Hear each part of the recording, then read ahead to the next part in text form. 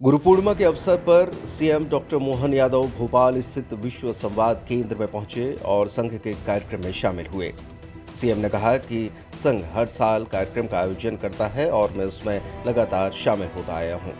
उन्होंने कहा कि आज विद्यार्थियों को साइकिल भी वितरित की जाएगी। सीएम ने अपने आगामी विदेशी दौरे को लेकर कहा कि हम लोग लगातार मध्य प्रदेश में निवेश लाने का प्रयास कर रहे हैं। इससे पहले भी कई जगहों पर प्रवास और रोड शो किए जो कि सफल रहे। इसी श्रृंखला में अब वे स्पेन और दुबई जा रहे हैं। और दुनिया भारत को जिस विशेष दृष्टि से देखती है, आज वो दिवस है और हम सब गुरु पूर्णिमा के अवसर पर अपने अपने स्थान पर अपने अपने तरीके से कार्यक्रम करते हैं।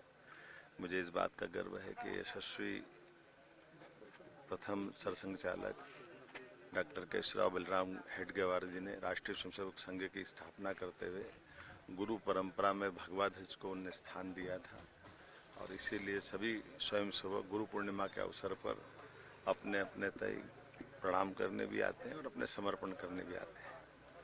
मैं वर्षों तक पहले उज्जैन में स्वयं इस कार्यक्रम में शामिल होता रहा हूँ, आज यहाँ शामिल हुआ और गुरु पूर्णिमा के अवसर पर आज हमारे द्वारा सांदीपनी विद्यालय का यहाँ लोकार्पण हुआ। इसके साथ साथ पूरे प्रदेश के उच्च शिक्षा विभाग के, स्कूल शिक्षा विभाग के सभी प्रकार के विद्यार्थियों को उनके विद्यालय, महाविद्यालय, विश्वविद्यालय, छात्रावास अलग अलग प्रकार की सौगातें भी मिलेगी और साथ ही साथ जो छठी और नवीं के विद्यार्थी जिनके घर 4 किलोमीटर से ज़्यादा दूर है, ऐसे 5 लाख विद्यार्थियों को साइकिल देने की शुरुआत आज ही से की जाएगी।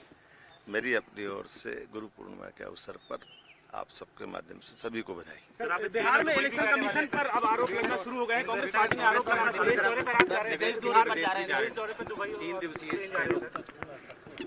देखिए, निवेश के लिए खास करके हमारे राज्य के युवाओं को रोजगार दिलाने की दृष्टि से, किसानों की उनकी फसल का वाजिब दाम दिलाने की दृष्टि से, महिलाओं और युवाओं की बेहतरी के लिए, गरीब से गरीब आदमी की ज़िंदगी अच्छी करने के लिए राज्य के समृद्धि के कारण से हम लगातार प्रवास भी कर रहे हैं और मुझे इस बात का संतोष है धीरे धीरे करके हमारे सभी सेक्टर में पूरे देश का आकर्षण बढ़ा है।